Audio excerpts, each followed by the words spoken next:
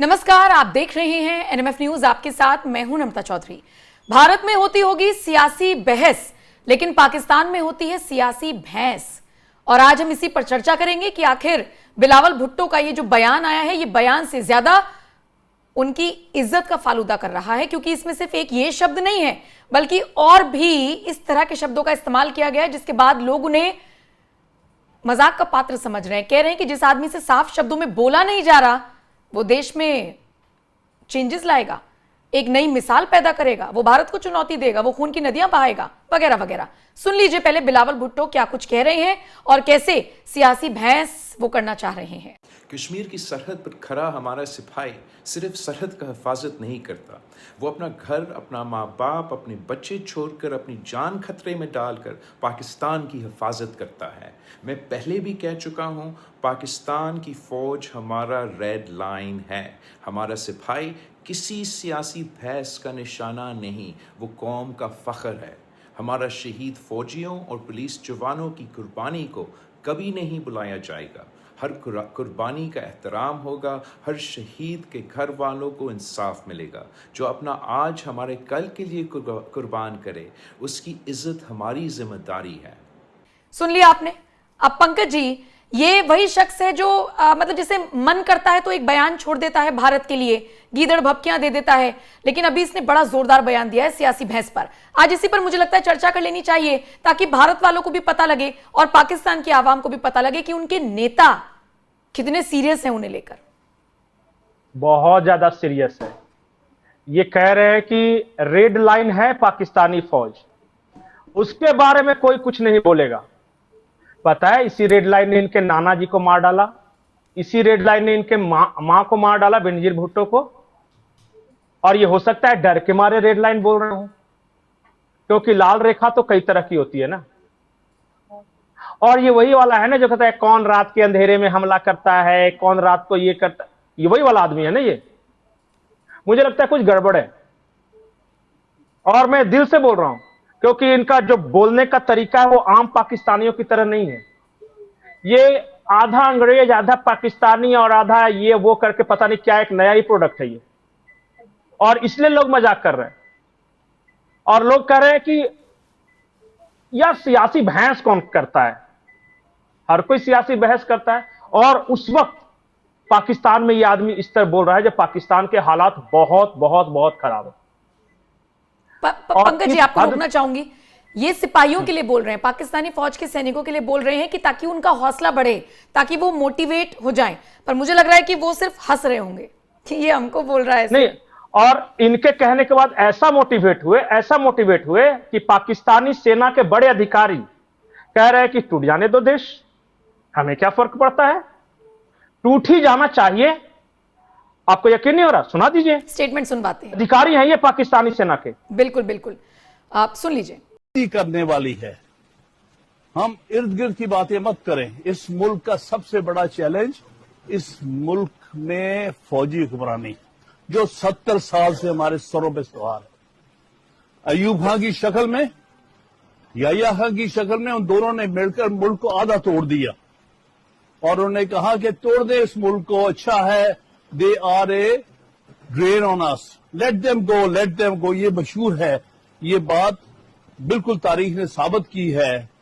हमारे बहुत से जर्नल्स ने अब लिखी है, अपनी बायोग्राफीज लिखी हैं, ऑटोबायोग्राफीज लिखी हैं।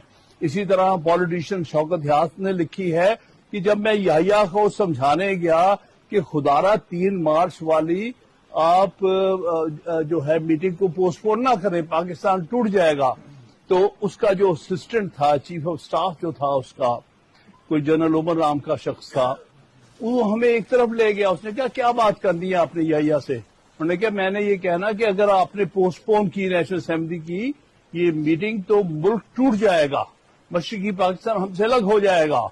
तो उसने कहा let them go, let them go, they are a burden on us. आज क्या साबित हुआ? वो हम पर बर्डन नहीं थे, हम उन पर बर्डन थे। हम उनके झूठ के पैसों से अपनी डिफेंस बनाते थे। हम 6-7 डिवीजन, मुझे वो एक हिस्टोरिक मौका याद है। तो ये वीडियो वायरल है जिसमें क्या कुछ कहा जा रहा है पाकिस्तानी अधिकारियों की तरफ से, वो साफ साफ है। और दूसरी तरफ बिलावल भुट्टो अलग जंग लड़ रहे हैं। तो पाकिस्तान का बड़ा नेता, मतलब प्रधानमंत्री के बाद सेकंड बड़ा नेता, वो क्या कह रहा है सुन ही लिया। पाकिस्तानी फौज क्या कह रही है वो सुन ही लिया। कश्मीर में जो तस्वीरें हैं, चाहे वो खैबर पख्तूनख्वा की तस्वीरें, बलूचिस्तान की तस्वीरें, कश्मीर की तस्वीरें आप देख ही रहे हैं। अब आवाम क्या कह रही है वो सुनिए। रेपिस्ट कह रही है अपने आर्मी को, कह रही है कि बलात्कार कर रहे हैं पाकिस्तानी फौज के लोग। छात्राएं सड़कों पर उतरी हुई हैं, स्टूडेंट। मुझे लगता है कि जिन्ना ने 1947 में एक सर्कस बनाया था जिसका नाम देश दे दिया, और वही चल रहा है वहां पे। मुझे लगता है थोड़ा सा आवाम का सुना दीजिए, उसके बाद मैं बहुत बड़ी एक ब्रेकिंग न्यूज देने वाला हूं पाकिस्तान को लेकर। ठीक है, पाकिस्तानी आर्मी को लेकर क्या वहां की आवाम कह रही है वो सुनवा देते हैं। अस्सलाम वालेकुम रहमतुल्लाहि व बरकातुहू।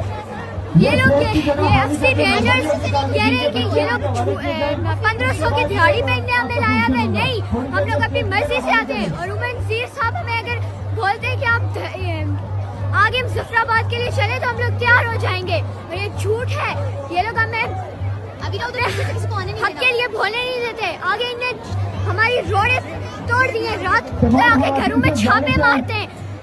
ये कोई तरीका नहीं होता। इन लोगों ने बच्चों का डरा कर रखा हुआ है। इनकी धमकियों से ना हम डरने वाले और ना इनके रेंजर्स से हम डरते हैं। और ये लोग समझते क्या है अपने आप को कि हम लोग इनकी धमकियों से डर जाएंगे? नहीं। और हम लोग इससे पहले 6 बार इस डरे में आ चुके हैं और इसके बाद तक भी आएंगे। शुक्रिया। पंकज जी, कीजिए विस्फोटक खुलासा। अब तक कश्मीर के बारे में हमने सुना, बलूचिस्तान के बारे में सुना, खैबर पख्तूनख्वा के बारे में सुना। अब मैं आपको एक तस्वीर दिखा रहा हूं, और वहां से पत्रकार ने यह भेजा है। इस्लामाबाद, पाकिस्तान की राजधानी के चारों तरफ टैंकर्स लगाए गए हैं, कंटेनर जो बड़े बड़े होते हैं ना, कंटेनर, ताकि लोगों को रोका जा सके। पूरे देश से इस्लामाबाद मार्च की कॉल की जा रही है। बढ़ चलो इस्लामाबाद में, कर लो कब्जा। और पाकिस्तानी आर्मी कह रही है कि भैंस की आंख, हम चले विदेश, तुम लोग अपना देश संभालो, हमें तो ट्रंप चच्चा से पैसे चाहिए, बाकी तो तुम लोग अपना देखते रहो क्या करना है। यह है पाकिस्तान। और वहां के मीडिया में अब सीरियस डिस्कशन शुरू हो गया है। एक मुतवीर खान है जो कि अमेरिका में रहते हैं, वो प्रोफेसर हैं। उसके बाद कमर चीमा है, और एक पता नहीं बर्ड है, वो मैं रोज इन लोग के सुनता हूं। सब कह रहे हैं कि बस टूटने ही वाला है, on the verge of collapse. अभी नहीं टूटा तो फिर अल्लाह बचा लेगा, नहीं तो बाकी कोई नहीं रोक सकता। फाइनेंशियली लोगों के अंदर जो गुस्सा है वो कह रहे तोड़ डालो, खत्म कर डालो अपने ही मुल्क को, बस। और सिर्फ एक पाकिस्तानी आर्मी क्या करिए पता है? अरे वो सुना कि नहीं डीजीएसपी वाले जोकर का? उसने क्या कहा कि जो पाकिस्तानी आर्मी की बुराई करता है वो काफिर है, हिंदुस्तानी काफिर हैं, अफगानी काफिर हैं, कश्मीरी काफिर हैं। मैंने कहा अच्छा, मतलब जो सिर्फ पाकिस्तान आर्मी की वर्दी पहनेगा सिर्फ वही मुसलमान होगा। मैंने कहा कहां चरण है प्रभु आपके? गजब कहानी है, गजब। और अब इस देश का मजाक उड़ाने का भी मन नहीं करता, क्योंकि वो लिमिट क्रॉस कर गए हैं। शेख चिल्ली आज खुद बेचारा शर्मिंदा है कि तेरे कातिल जिंदा है पाकिस्तान में। ये अच्छा यही है पाकिस्तान। ये अच्छा था। इसी के साथ दर्शकों के ऊपर छोड़कर जा रही हूं। आपने बिलावल भुट्टो को बयान देते हुए सुना, कैसा लगा आपको उनका बयान? हंसिए, हंसाइए, इसको ज्यादा से ज्यादा शेयर कीजिए, और ऐसे लोगों के लिए आप क्या कहेंगे कमेंट सेक्शन में बताइएगा। शुक्रिया पंकज जी, और देखते रहिए एनएमएफ न्यूज।